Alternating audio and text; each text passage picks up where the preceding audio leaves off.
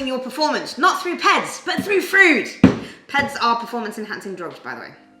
And we're not going to be talking about those in this one. Sorry to disappoint, but no, we're not going to do that one. It is all about nutrition. The reason as to why I am throwing an apple up and down at the moment is because I'm going to give you an example of gravity. You may think, why are you talking about gravity, Vic? Basically because, do you know why? It's not really very sexy. It's not new. It's not fundamental.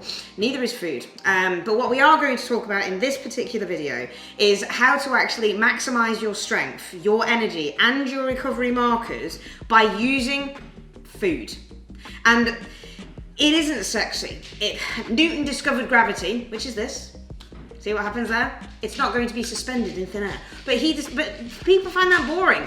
And unfortunately, food can be boring if you make it boring. But it is as simple as that, you know? Food is simple. It doesn't have to be complicated. People make it too complicated. But when we're talking about performance nutrition is, I'm going to put this apple down. It's extremely different. That's my dog whining in the background. When we are talking about performance nutrition, it is very different than talking about aesthetics. So if you want to lose weight or you want to gain weight, it is a simple balance of an equation. So it's calories in versus calories out. Now remember in the first video, I told you all about macronutrients. Macronutrients add up to calories. They contain calories. Again, I'll put you all of this kind of detail in your PDFs that you can download from it. But do not think that calories are different to macros, because macros make your calories up. So again, not sexy, not as inventive as when Newton discovered that apples fell from trees, but it is a very, very balanced equation of calories in, calories out. Eat less, move more, or basically eat less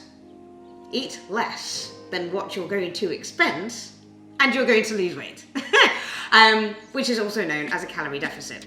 Eat more than what your body is going to expend, and you're going to gain weight. Now, what kind of weight? That's going to be different. But either which way, eat less, you're going to lose on the scales. Eat more, you're going to gain on the scales. All right, so now that we have kind of ironed that out, I hope that you are not too bored about the fact that nutrition can be very boring. So, being a strength and a power athlete, however, there is more to your food intake than just calories in versus calories out, okay? Because at this point, calories are still calories, but your foods and specific different parts of macronutrients are going to fuel your performance and fuel your recovery in a completely different manner. We need to be able to understand energy systems in a different light, because energy systems are what powers your performance and what enhances your recovery. It doesn't realistically have anything to do with your aesthetics, because you can have 100 calories a day and lose a shit ton of weight. It's not really good. Please don't do that, by the way. But it's not going to impact anything other than the fact that you're going to lose weight. But you can also eat 2,000 calories and either gain really good lean muscle tissue. You can situate certain macronutrients at certain points in the day, which is where we come on to nutrient timing, and that will enhance your performance even more.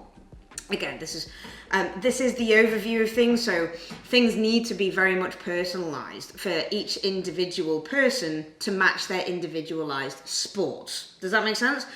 Many people believe that strength and power to be the same type of physical fitness, where actually it isn't. It's not the same. Strength is the ability of a muscle or a muscle group to generate force. So imagine like a boxer who's actually going to really power through. That's generating force. Strength is purely a measure of how much weight can be successfully lifted by an athlete. Now, that doesn't always come down to how large your muscle is, because there's a neurological adaptation process that goes into strength gains, realistically. You can be neurologically strong, but still have very small muscles, which is the whole aspect of like, well, a bigger muscle is a stronger muscle. Not necessarily, actually. So that's another thing that we have to think about. Power is the ability of a muscle or a muscle group to generate force at high movement speeds. So if you think about a strongman, for example, and he's going to be doing a log press, that generation of power from the lift to the clean to then the press That's a huge power output, but it's also deriving into the strength element at the same time. So as you can well imagine, a strongman athlete uses all of their energy systems all at one time. And especially on comp day, where they're going to be doing 6 events all in one day, it's going to be quite a lot for them to go on. Now that we've had a little bit of an idea of what energy systems do, I'm not going to go into all of them, obviously, because you'll be fucking bored with my voice. But now that you've had a little bit of an overview that aesthetics, so looking good naked, is going to be very different than fueling your performance, I'm going to go into just a bit of an example as to what people see in terms of performance food, what people can identify as being good or bad, and how we can actually dispel that myth and really, really improve your performance realistically. Now, everybody likes a burger, right? I like burgers. I really do. But let's break down the burger as to what it actually is. So, the first element, the bun. The bun is bread. Remember in the first video we were talking about bread is not the enemy? It isn't the enemy. It really, really isn't. In fact, I have one here. The burger bun. Already sliced for your convenience. So that is your carbohydrate source. Bread is not the devil, but it is very nice. Your body's preferred source of energy is carbohydrates. Also been known for generations that carbs fuel your body in all day-to-day life activities and athletic endeavors. So again, please do not be worried about carbohydrates or bread. Sorry, keto, carbs win. Some fats can, of course, be used in a pre-workout meal. Again, I'm not going to go into the whole derivatives as to why we're going to do them, because I don't want everybody to go, well, I must have fat in my pre-workout meal. Some people are going to have them, some people are not. Your fat source on the burger would be your cheese. Cheese, again, makes the burger. I don't know why people are going to have a burger without cheese on it. Is it then just called a burger, or does it have to be called a cheeseburger? We're just getting into semantics now, aren't we? But anyway, this again, cheese is your fat source. Predominantly a fat source. Yes, it does have protein in it, but that is going to be your fat source. And then the burger itself. Now, obviously I do not have, here's one I made earlier, but I do have the component of it, which is beef. Normally, it's beef mince. Yes, you can have a chicken burger. Yes, you can have a pork burger. Yes, you can have a whole lamb shank burger if you wanted to.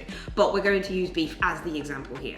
Now, normally, if you were to get a burger from a restaurant, they would use about 20% fat beef, mainly because it tastes nicer, it holds the shape of the burger a little bit better, and fat is what makes food taste a little bit nicer overall. But what they also do is they put more fillers into that burger, so it's not just 100% beef.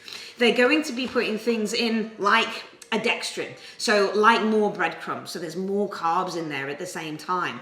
And of course the 20% fat beef is going to slow down your digestion just a little bit more, because that is what fats do. So let's break a burger down. We've got the 20% fat beef, we've got full fat cheese, we've got the oil that it's been fried in, any kind of like different accompaniments, so if you want like an extra egg or a bacon or something like that in it, you've got more fat that's going in there at the same time. And then of course you've got that little bit of carbohydrates, and who cannot forget the chippies alongside? You cannot have a burger in a restaurant or a pub without a side order of chip, right? So again, potato, carbohydrate, but deep fried in oil, a lot more fat. Now if you were to have that burger before you go into a performance element, before you go into your session, you are going to feel sluggish as hell. Even though it seemed nice, you are going to feel extremely sluggish, mainly because of the amount of fat that you have put into your body. When you eat fat, it immediately starts to slow down your digestive process, just down to the thermodynamic aspect of food. And unfortunately, you can't cheat that, you know? You can have some fat present like I was talking about, but it's not going to be the best kind of fat that you're going to be putting into a pre-workout meal, and it's not going to fuel your performance to the utmost. So that's just something to think about. Have you ever actually had something like a burger or like a big Sunday roast out at the pub, and then all of a sudden you're just like, oh my God, now I have a food baby, and now I'm going to go into a coma, and then all of a sudden you find that you're falling asleep in the afternoon on the sofa? Do you honestly think that feeling like that is going to help you go into an event session, pick up a hell-ass heavy yoke and do it under 10 seconds? I think not. So if you actually took the same kind of foods, but then broke them down into their individual macronutrients and just exchanged a couple, you'll find that you could still have a burger, but a more performance enhancing burger. So change your 20% lean beef for your 3% extra lean. This one's from Aldi, by the way. See, you don't have to go to Waitrose or Sainsbury's to get the upper class stuff. You can get it from Aldi. 3% beef. So if you get 3% beef mince, make your own burger. You are not then adding in any kind of additional carbohydrates or dextrose or binders. So that's going to be really good. Change your cheese to a lighter cheese. That could be your fat source. Also with the incidental fats that you're going to find in your actual lean beef. Don't fear the bun. Have a bun.